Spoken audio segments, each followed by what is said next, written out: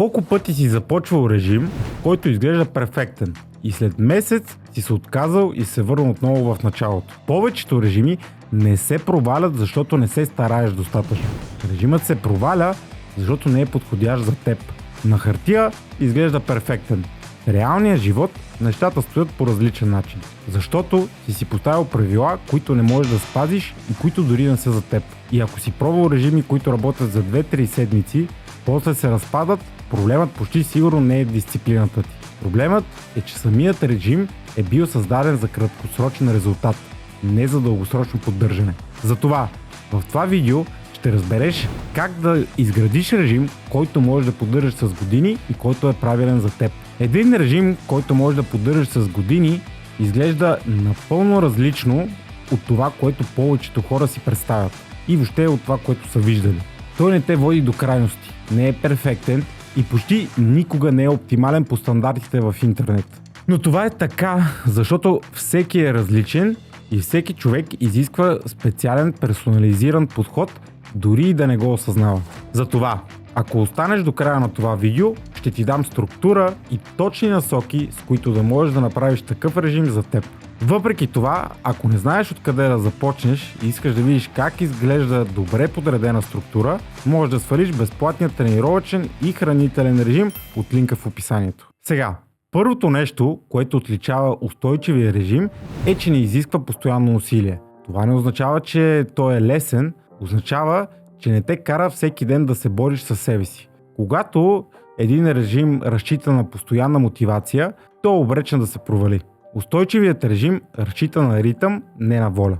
Второто важно нещо е, че той остава място за социален живот. Работа, семейство, стрес, пътувания, социални ситуации. Режим, който се чупи при първото отклонение, не е режим, той е временен проект. Много хора изграждат режим, така сякаш живота им ще бъде идеален постоянно. Но живота никога не е идеален.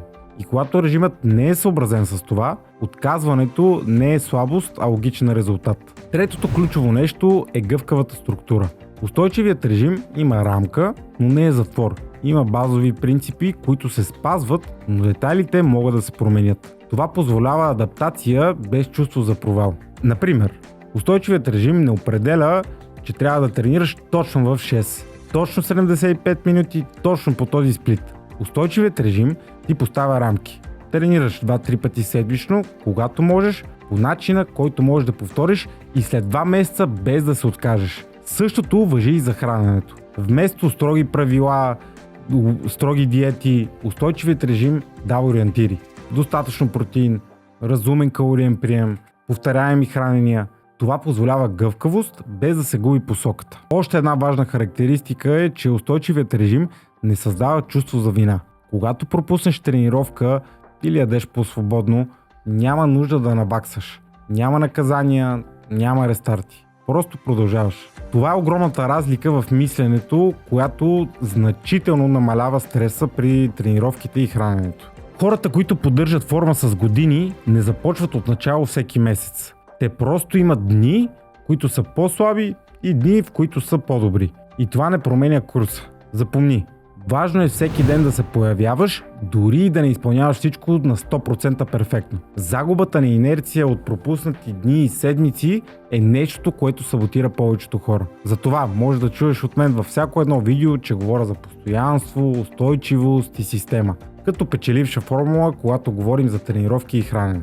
Затова устойчивият режим също така не изисква постоянно наблюдение. Не е нужно да следиш всичко. Не е нужно да мериш всичко. Проследяването е достатъчно, за да държи посоката, но не толкова натрапчиво, че да превърне процеса в тежест. Много режими се провалят, защото превръщат фитнеса в централна задача на деня. Устойчивият режим го прави част от живота, не негов фокус. Още един ключов елемент е реалистичното темпо. Устойчивият режим не гони бърз резултат. Той гони предсказуем резултат. Това означава, че промените са по-бавни, но се задържат. Тук идва един от най-трудните моменти за приемане. Устойчивият режим често изглежда скучен. Няма драматични трансформации за 30 дни. Няма постоянни нови усещания и точно това го прави ефективен. Скучното се повтаря, а повторението е това, което променя тялото, мисленето и всичко в живота. Режим, който можеш да поддържаш с години, също така се променя с теб. Това, което работи на 25, не е същото като това, което работи на 35. Устойчивият режим допуска тези промени с времето. То не те кара да се вкопчваш в миналото. Има и още един много важен елемент – идентичността. Когато режимът е устойчив, ти не си човек, който е на режим. Ти си човек, който живее по определен начин.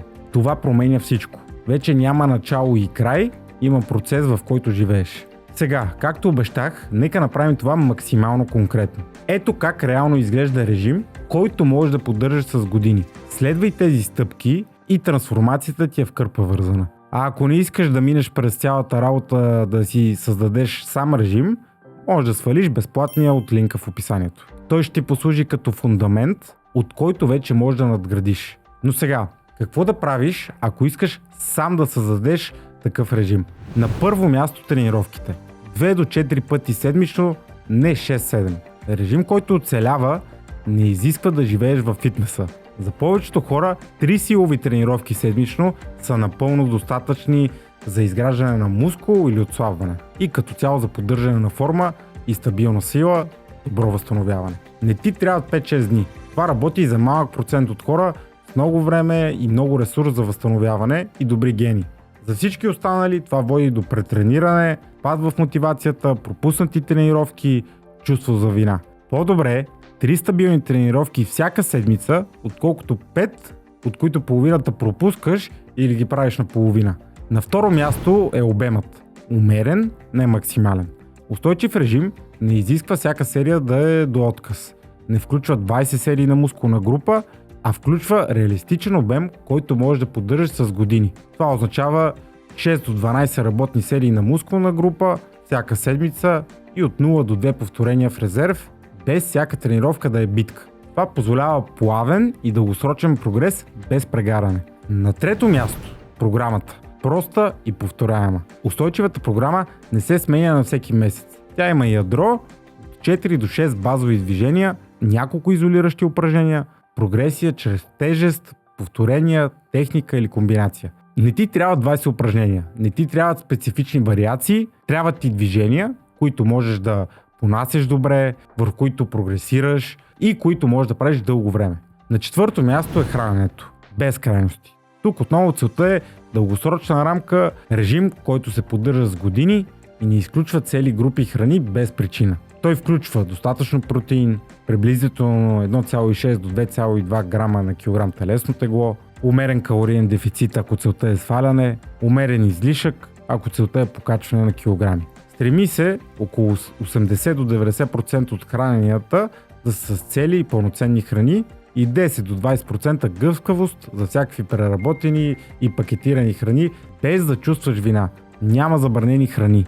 Има честота и количество. На пето място минимални правила, а не максимални ограничения. Устойчивият режим има малко, но ясни правила. Например, тренирам минимум 3 пъти седмично. Ям 3 до 4 хранения дневно, във всяко хранене има протеин, спя минимум 7 часа. Това е ориентир, който може да се спазва с години.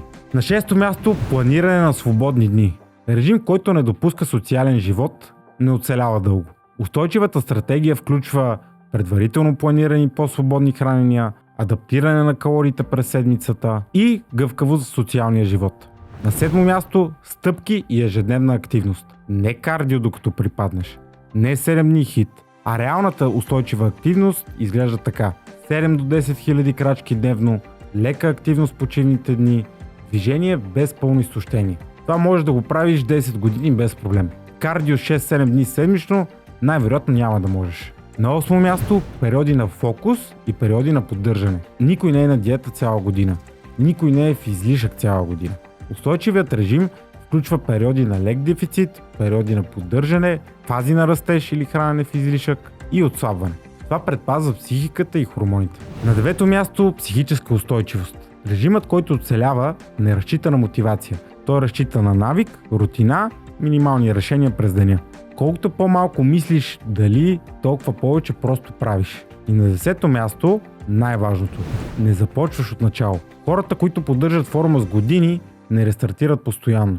Ако имат слаб месец, те не казват започвам от понеделник. Те просто се връщат към основата. И тази основа, както видяхме, е абсолютно проста. Затова ето и как да провериш дали режимът ти е устойчив. Задай си 4 въпроса. Мога ли да правя това и при натоварена седмица? Работа, семейство, ангажименти. Мога ли да ям така и на почивка? Мога ли да тренирам така и след 5 години? Ако утре мотивацията ми падне, ще продължа ли въпреки това? Ако отговорът е не на повече от 2 въпроса, режимът ти е временен. Устойчивият режим не е впечатляващ. Той е много скучен. Но скучното, повторено достатъчно дълго, е нещото, което прави трансформацията. Много хора се отказват, защото виждат фитнеса като проект с крайен срок. Когато проектът свърши или стане твърде тежък, те го изоставят. Устойчивият режим няма крайна дата. Това е част от начина, по който се грижиш за себе си. И ако се замисляш, това е единственият подход, който реално има смисъл. Ако искаш някой да ти помогне да изградиш такъв режим и подход, не краен, не временен, а реалистичен и дългосрочен, работя скоро индивидуално чрез онлайн коучинг. Там не гоним кратък ефект, а процес, с който можеш да живееш. Всички детайли са в линка в описанието. Истинският въпрос не е как да изглеждаш добре за кратко. Истинският въпрос е как да изглеждаш така за винаги. Следващото видео, с което можеш да продължиш, вече е на екрана. Благодаря ти, че гледа.